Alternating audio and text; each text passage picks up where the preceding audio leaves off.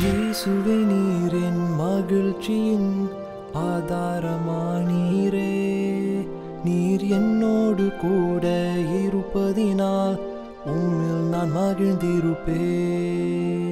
இயேசுவே நீரின் மகிழ்ச்சியின் ஆதாரமானீரே, நீர் என்னோடு கூட இருப்பதினால் உம்மில் நான் மகிழ்ந்திருப்பேன். உமக்குள்ளே நான் களி கூறுவேன், அதுவே என் பலனே. பலனாகிய என் கர்த்தாவே, உம்மில் நான் மகிழ்ந்திருப்பேன். பரிபூரண ஆனந்தம் கண்டேன் உந்தன் சமூகத்திலே, பரிபூரண ஆனந்தம் கண்டேன் உந்தன் சமூகத்திலே. உமது பாதத்திலே பேரான